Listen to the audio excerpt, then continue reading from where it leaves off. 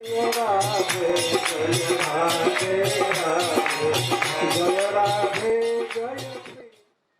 हरीश्वरी जी इस पर कहते हैं, यह साक्षाद अभिमर्शितो भगवता हस्ते न जत्र स्थितम हृत्वा स्तन्यमिषादशेष कलुषम योकार निष्कल्मषः तद्देहस्य सुगंधि धूम जनने तत्संगी काष्ठस्य वा का शंका किमु चित्रमत्र किमु वा तच्छिन्नवतां विस्मयः। हरीश्वरी जी कहते हैं कि अरे यह साक्षात अभिमर्शितो भगवता, पूतना का जो देह साक्षात परम पुरुष स्वयं भगवान के द्वारा अभिमर्शित था। भगवान ने अपना ओठ लगाया था, हाथ लगाया था, पैर लगाया था, इससे ज्यादा कोई क्या किसी का आलिंगन करेगा। इस तरह से भगवान ने अपने दुर्लभ दिव्य शरीर से उसको अभिमर्शित किया था, अभिमर्शन किया था, छुआ था, दबाया था, अपने पैर को भी दबाए थे और हाथ से भी दबाए थे, ओठ से भी दबाए थे। जब किसी के प्रति कोई व्यक्ति आत्मीयता प्रकट करता है तो अपने हाथ का, पैर का और मुख का इस्तेमाल करता है।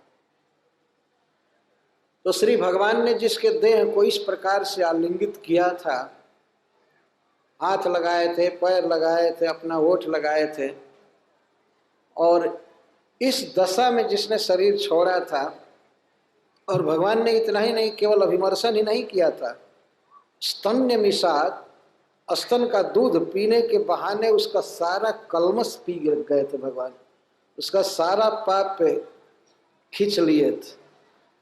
तब देहस्य, पूतना के ऐसे देह से यदि सुगंधित धूम जनने, यदि सुगंधित धुआं निकले, या पूतना के देह के संबंधित काष्ठ से सुगंधित धुआं निकले, तो का शंका किमु चित्रमत्र किमु वा तच्छिन्नवतां विस्मय।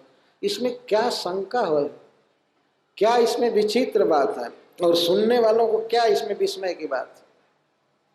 जरा विचार तो करना चाहिए कि पूतना के देह का कितना सौभाग्य था कि भगवान इस तरह से उसको पकड़े थे चारों तरफ से।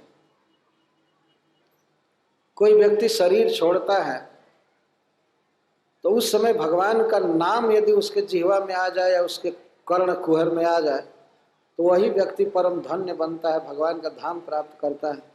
वही प्रभु जिसके देह पर लौट रहे थे, पकड़े हुए थे मरते समय, और उसके शरीर से यदि सुगंध निकले, सुगंधित धुआं निकले, तो इसमें क्या आश्चर्य। ये विचार करना चाहिए कि पूतना को भगवान ने कितना सौभाग्य दिया। वैष्णवों को तो देखा जाता है वो बहुत सौभाग्यशाली होते हैं, लेकिन मरते समय ज़्यादा से ज़्यादा तुलसी दल डाल दिया जाएगा मुख में, गंगा जल डाल दिया जाएगा,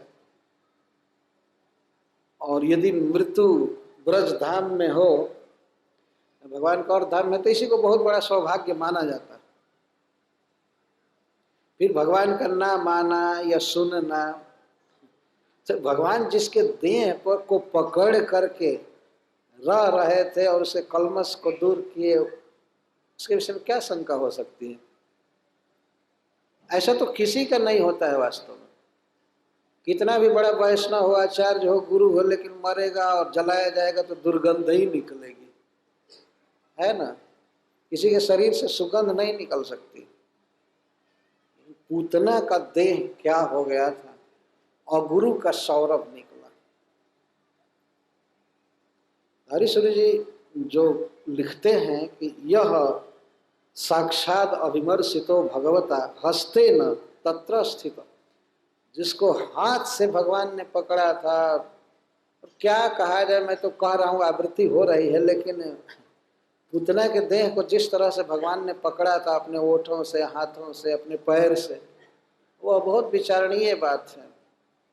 भगवान की करुणा की सीमा हो गई है, तो इसलिए उसके शरीर से सुगंध निकल रही थी। हरीश्वरी जी एक अभी बात कहते हैं कि किसी के शरीर में पृथ्वी का अंश रहता है, पृथ्वी का अंश रहता है, तो पृथ्वी का गुण है, सूक्ष्म गुण है सुगंध। पुण्यो गंध पृथिव्यांच।